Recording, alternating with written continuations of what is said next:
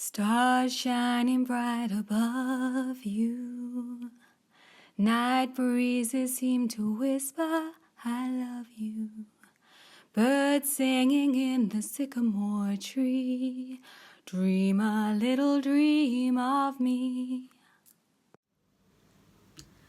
Welcome kindreds, it's Jessica the Story Witch, and I was prompted to make this video because I logged onto YouTube a few days ago and one channel that I particularly loved had just disappeared, and I contacted this person outside of YouTube to ask them kind of what was going on and everything. She didn't flounce, she didn't make a kind of video saying why I'm leaving, why I'm not making videos anymore or anything like that. She just made a decision for herself and just quietly and gracefully left. So yeah, like I said, you might already know who I'm talking about, but if not, I will mention her later on in this video. And that prompted me to think about the things that I really love about being part of this YouTube tarot community, and also some of the things which I hate, or perhaps that's a little bit strong, the things that I don't like about being part of this YouTube tarot community.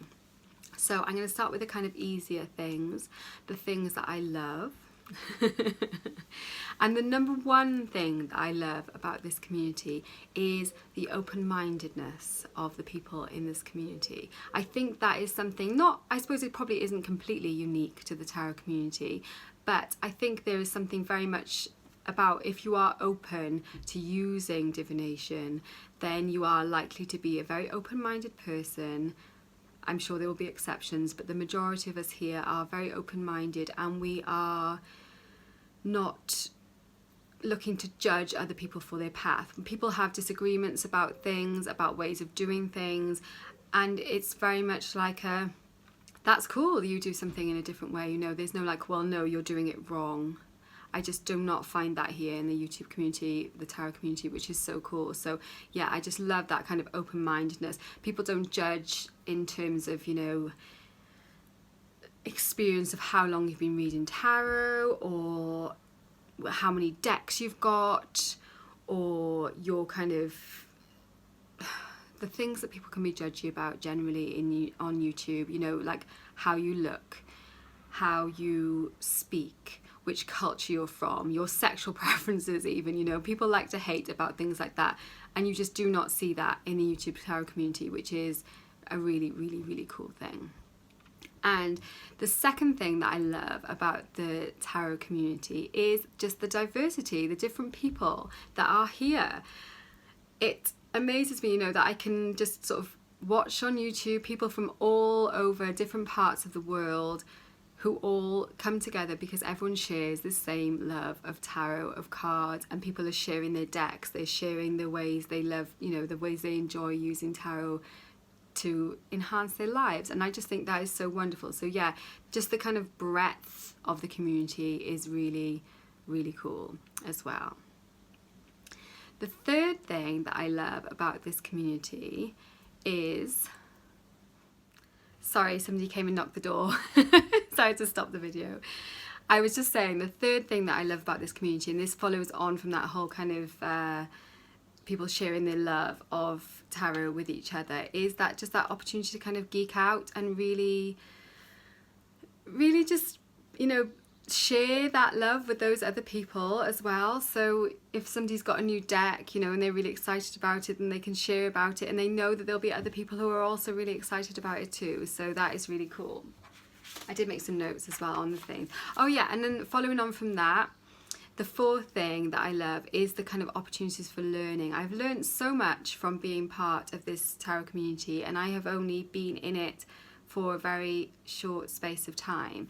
And it's, you know, I've been reading tarot, studying tarot for quite a long time now, and it's amazing. You can learn a lot of things from books, and you can learn by going to courses and things like that, but actually watching other people doing readings and things on their channels and talking about the imagery in decks and things like that, I've had some really like cool aha moments from watching other people talking about what they love, and also sometimes about things they don't like about decks and stuff as well. So it's just a massive learning opportunity. I really feel like it has accelerated my my understanding of tarot, and it has prompted me to try new ways of doing things, which perhaps I would not have done had I not been part of this YouTube tarot community. So I'm super, super grateful for that.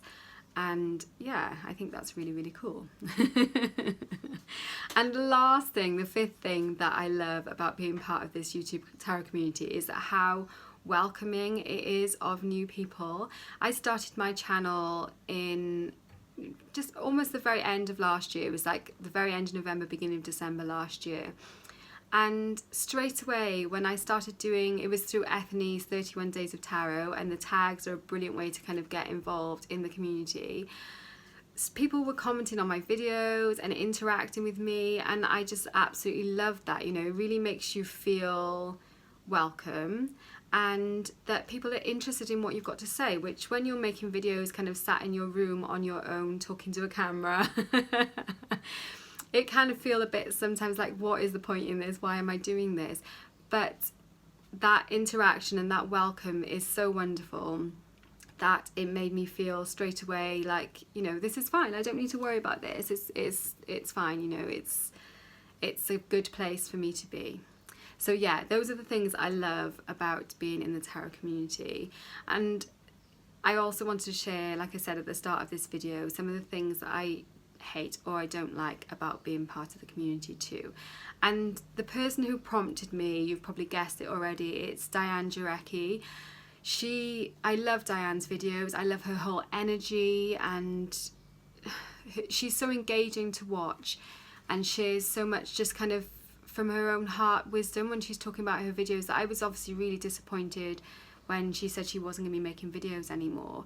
But when I reached out to her and spoke to her about her reasons behind that, she said, and I share this, and this is my kind of number one thing that I hate about the YouTube tarot community, is that she has stopped making videos and deleted her channel because she just felt that she could not keep up.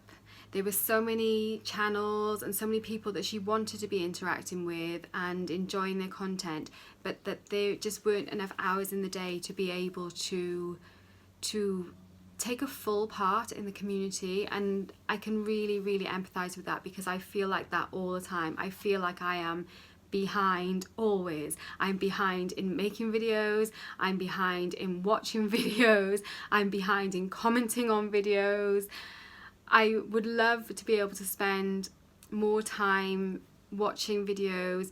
I hate for people to feel like I am not, you know, reciprocating if they watch my videos and they leave comments and things like that. I try my best to be able to respond to people who comment on my videos, but it's just, there just aren't enough hours in the day to be able to do it.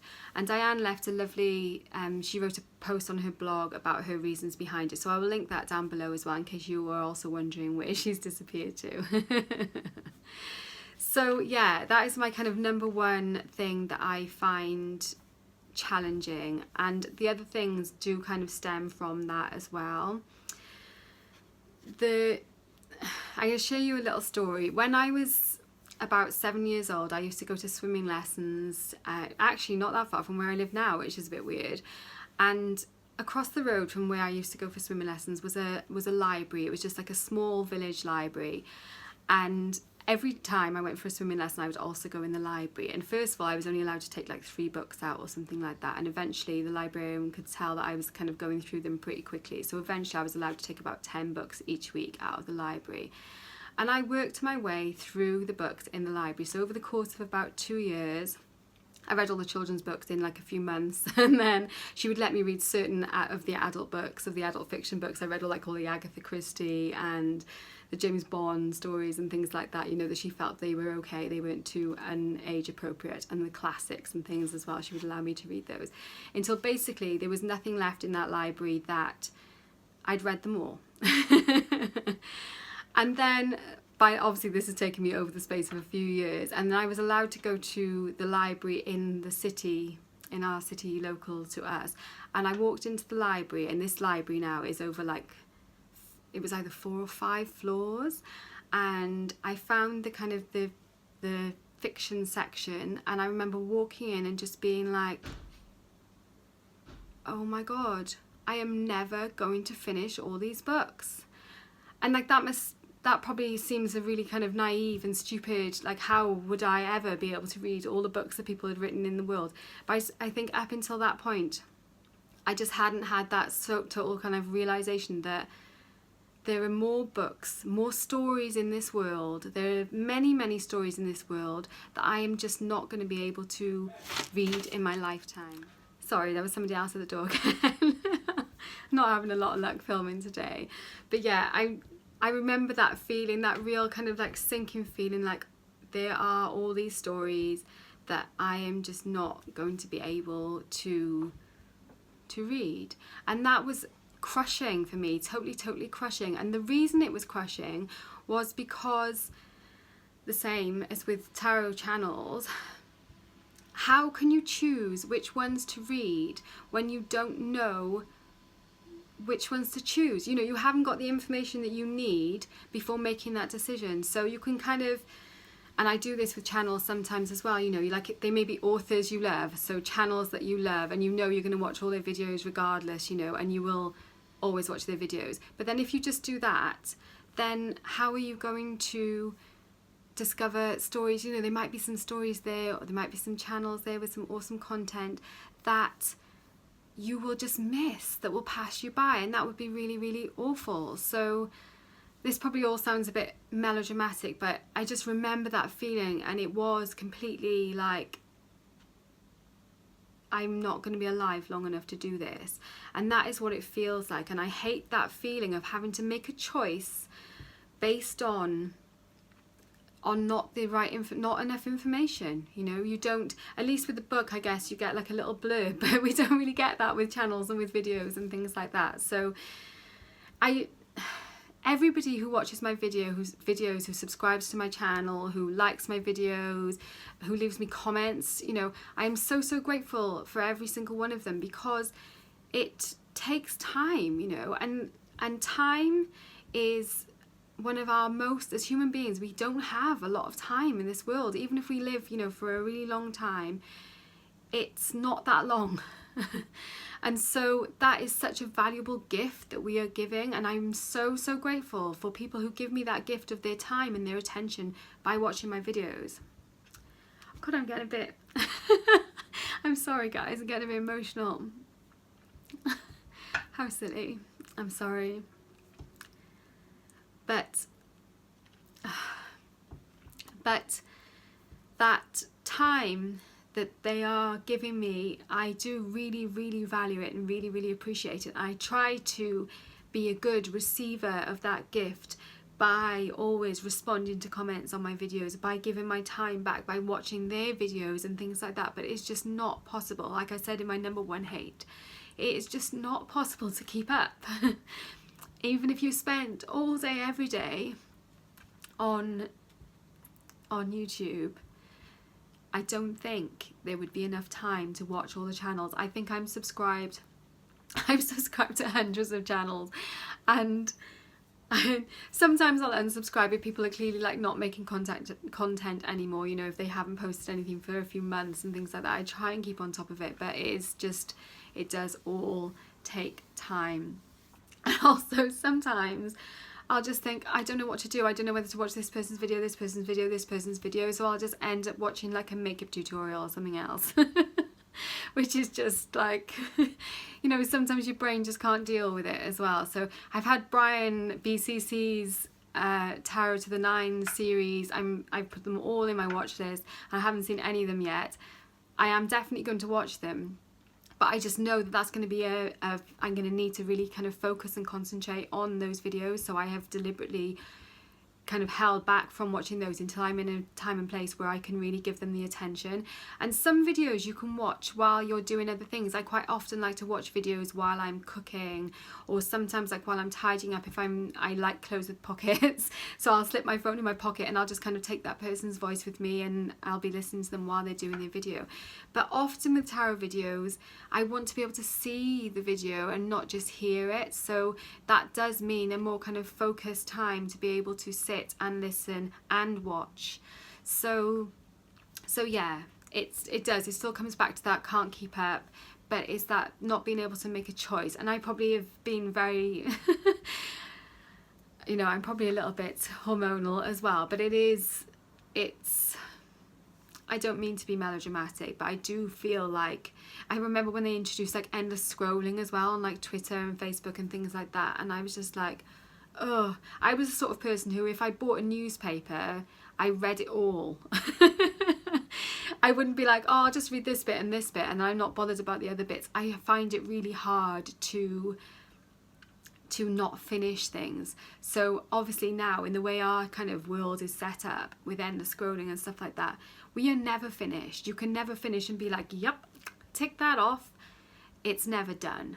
So that feeling, yeah, it's overwhelming. I may not put this video up because I don't know why I'm being so, you know, it's just YouTube, and probably loads of people will just be like, just chill, you know, don't worry about it. No one really cares. But I care, and that's what I find. And when Diane said that about why, I could really, you know, I could really connect with that. So yeah, I'll try and pull myself together, because my next one, I think, my next point is a little bit more light-hearted. And that is one of the things I hate about being in the YouTube tarot community, is it's expensive. Now, I know it's free to watch the videos on YouTube, but I bet you know what I'm going to say. And when you watch videos of people sharing new decks, sometimes not even new decks, new to them decks, or decks they particularly love, and they're really effusive about them, and they are really, you know, the way they talk about the imagery and the book that comes with the deck, or maybe not even decks, maybe just books on tarot, and somehow these things just fall into your basket, and it can become very expensive. Now, I am lucky and blessed to be in a place where I can afford to buy a deck or two a month, or a book or 7 a month, as long as they're not super expensive out of print things. But I find that I feel like I'm quite good at not buying things compared to like lots of people. My tarot collection is quite minimal. Not judging anyone who's got bigger collections or smaller collections, you know, I love it when people just do, and that is what I was coming back to in things I loved about this tarot community, is that people are just, they're themselves, and they don't feel the need to kind of apologise for, you know, if they've got 200 decks, then more power to them, amazing. But that is not how I like to do it. I like to have a kind of more curated collection of working decks. I'm not a collector, or I don't see myself as a collector as such. I did count my decks. God, I'm a mess today. I did count my decks the other day because a friend asked me to take a photograph of my decks, and I have 9 oracle decks, and I have, I think it was either 18 or 19 tarot decks. So by, like, some people would think that's bonkers, but by lots of people's estimations, that is not a, you know, that is not a lot of decks. And those are decks that I have accumulated over quite a long period of time. Although, like I say, it's very hard to resist when people start talking about decks on here, and you were like, yes, I can really see why they like that deck, you know. And then, you know, so I have bought more decks that in the last few months since I've been part of this community than I bought in the 7 years prior to that. So yeah, it can be expensive, which is fine, as long as you know that money is not coming from a place which is actually needed for other things. But it's just something that I thought I would mention, because I have noticed that aspect of being part of this community. And there are certain members of this community, like Simon, Hermit's Cave, and Jennifer Ball, Spiritual Garage, who their enthusiasm for decks when they open them and talk about them, and Kelly, actually, Truth in Story, she does this as well. You know, the way they talk about their decks makes it very difficult not to buy them. So yeah, it can be expensive. And the last thing that I hate or I dislike about being part of this YouTube tarot community is, and this very much feeds back into the whole kind of impossible to keep up thing, is that it can take me away from the things that are important for me to do in this lifetime here. So I'm spending time watching videos and making videos, which I love, both of those things, and commenting on videos and liking videos and subscribing to channels. But I am here for a purpose, and I do feel that being part of this community is part of that purpose, but it is not the whole alpha and omega of that purpose. So I also have things to do which are not part of being in this community. And I don't just mean things like, you know, looking after my children and making sure I have food to eat and things like that, you know, doing the shopping and stuff like that. I mean like kind of life purpose things, and for me that is very much stories and my writing and poetry and things like that. And since I have been making videos, I have not been doing as much of those things as I would like to be, or I'm called to do, as I'm called to do. So, and mainly that is because I feel bad because I'm not being able to be as responsive to other people's wonderful videos as I would like to be. So instead of focusing on my own writing and things like that, I am spending time watching videos and commenting and things like that. So nobody's fault, but I just need to find a place, and this is what I was talking to Diane about, is I need to find a space where I can do both of those things, because this isn't a video saying that I'm going to be deleting my channel, because I'm not going to be, and I do still very much want to be part of this community, but I need to find a way of doing that in a healthy way. And obviously, as you can see, if I do post this up, I'm very emotional about this. I feel there's a lot there that I need to process. And I feel that if I'm feeling this way, I won't be the only person that feels this way either. Obviously, Diane was feeling that way. She felt she could not keep up. She couldn't be a good friend, you know, a good community member, because she could not watch every video and comment on every video, because there are so many of us here now that that's just not possible. So her option, which is totally cool, you know, she chose to do what she needed to do, and that was to delete her channel. But I'm going to need to find a way of feeling okay about it and still being here. If you've got any tips on how to do that, I would love to hear them. I have found some things that work for me. Like I said, I do have my kind of favourite authors, favourite channels that I do watch most of their content. I don't kind of but I don't feel the need to comment necessarily on every single video that I watch now. I do make more of an effort to comment and like, but I do make more of an effort to comment on people's videos if they haven't got a lot of comments already on those videos. So I do try and do that more. But some of the bigger channels who've got like masses of comments anyway, then I don't feel like I have to comment on those videos, so I can just leave those, and that obviously saves a little bit of time as well. I don't watch flip throughs or walkthroughs of decks that I'm not interested in buying. So lots of people do wonderful walkthroughs and flip throughs. Dee Dee, you know, Grenelle, she does beautiful walkthroughs and things like that, but I don't watch those because I don't want to end up buying a deck that I don't actually want. Or sometimes, you know, it's a deck that just doesn't speak to me and I'm not interested in it anyway, so I don't watch those. Tags is another massive one. Now tags are, like I said in the loves, are a brilliant way to be part of the community, but what I have realised is that I have to choose very carefully which tags I'm going to follow and maybe take part in, and which tags I am going to just let kind of trickle past me. And that was really hard for me, because I know myself, when I started my tag, my Decks for Decades tag, which I did in my birthday month, holding space for a tag is a massive deal. Well, it certainly was for me.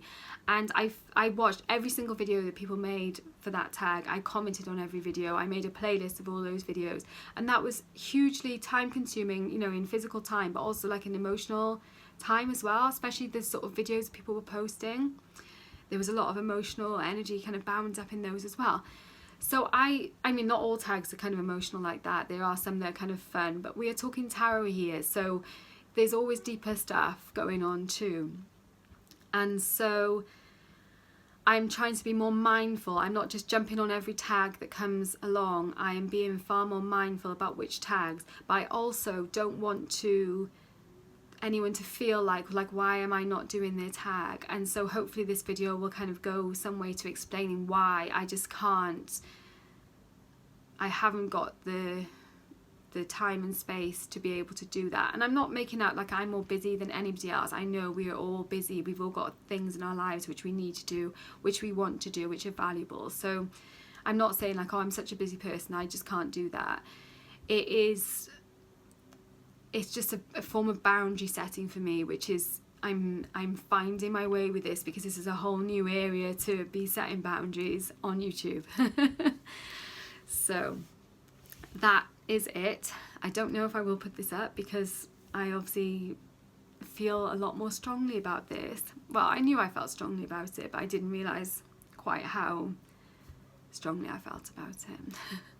So if I do put this up, I hope you enjoyed watching, and if you have got any tips or ways that you manage your connections here in the YouTube tarot community, whether you're a video creator or if you are a person that, like, there's a whole bunch of people who go around commenting on loads of the videos as well. You know, they are as much part of the community as people who are making videos as well. So I would love some tips and advice. Clearly I need it. warmest blessings, guys. Thank you so much for watching, and I will see you very soon.